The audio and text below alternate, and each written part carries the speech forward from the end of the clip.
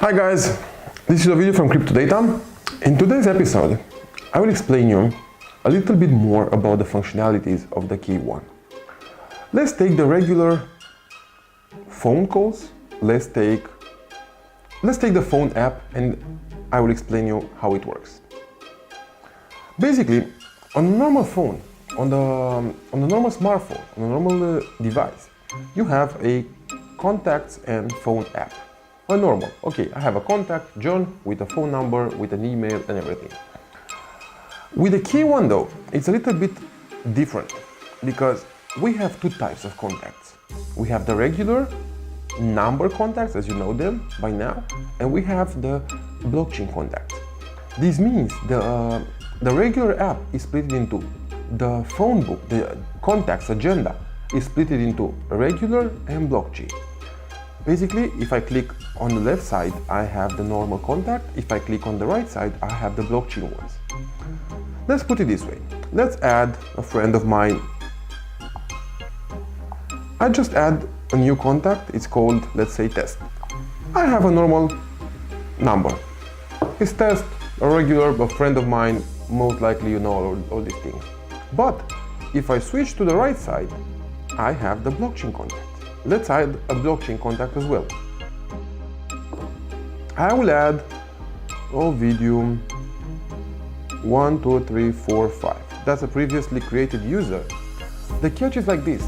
It's Ovidiu 12345. This is the, let's say, short character encryption of the blockchain ID. But where? It's at WISP.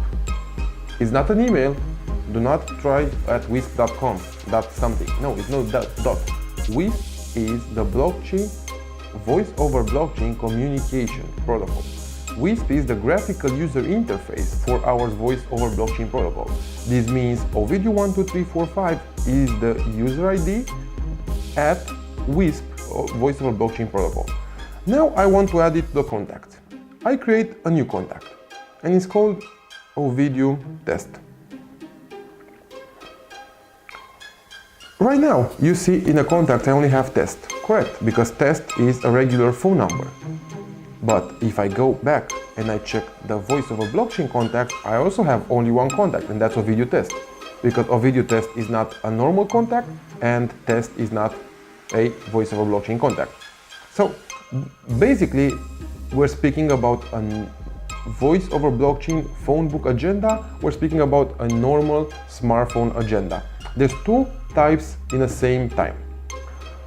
What can I do more? I can call a friend of mine. That's normal. I can set up a business card. Let's do so. I set up my profile, for example. To set up my profile, my public card, this is Ovidiu Toma. The email address, ovidiu@test.com. The identity, my identity is Ovidiu 12345. Organization is WISP, the voice over blockchain protocol. I update it. As soon as I update my public card, this is my business card, I can show it to somebody else. Now I have test and Ovidiu. I have two contacts, one voice over blockchain, one normal. For the normal one, I won't insist too much because it's crystal clear how it works. To send a message, to call a normal person over a normal mobile phone operator. Though for the voice over blockchain, it's a little bit different. I can call, send messages, or send media over blockchain. How do I do that? Simply, I have to go to WISP. WISP, as I previously said, is the voice over blockchain user interface. Blockchain usually it's a code. Okay? Voice over blockchain user interface looks like an app. It's an app on our K1.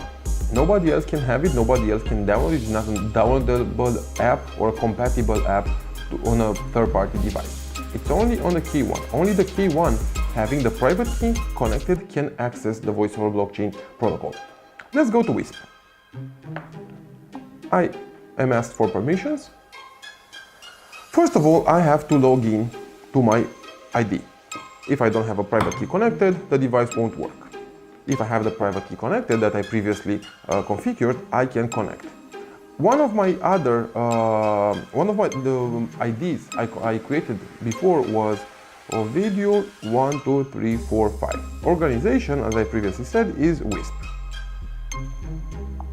I try to log in. Now I am asked for the password I previously defined in the vault. When I created the identity, I had to define a password in a vault. That is the password I need to use with a private key as well to access my voice over blockchain identity. The device will register on blockchain. Registration complete. Now, let's suppose I want to talk to one of my friends. For example, now I'm connected with Ovidiu 1, 2, 3, 4, 5, and I want to talk to, let's add a new contact, for example, Ovidiu, it was test Ovidiu as far as I remember, at WISP, add to contact, test live. So, now that I just added my other device, let's see how we contact the device. I have to go to WISP, to the interface of the voice over blockchain. I go to plus, and guess what? I have one contact in the agenda, and this contact is on over blockchain. So I can type testing. In the same room, I have the other device that most likely will reply me if it gets the message. So, who is the recipient of this conversation? It's Ovidiu test and test Ovidiu 1, 2, 3, 4, 5. This is the two persons in this call, in this conversation. I can, for example, send a multimedia. I can send a picture. Test received. I can send a picture to the other device. I can send a image, audio, video file. So everything works as the user interface is friendly. The user interface is, as you most likely are already used in the past years with some other apps. The thing is how the device connects to another. Rather than going to a centralized server, rather than going to a third-party company, it goes in a blockchain, and from the blockchain, it goes to the other device. The principle, the simplified principle of the voice over blockchain. Let's try to call another device. If I try to call the other device, I can do it. I'm calling the other device, I can do it as a video call or as a regular call.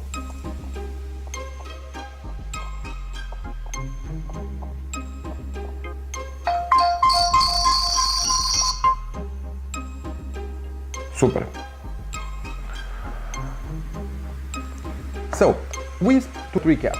WISP is the voice over blockchain app, is the voice over blockchain graphical user interface where you can contact others over blockchain.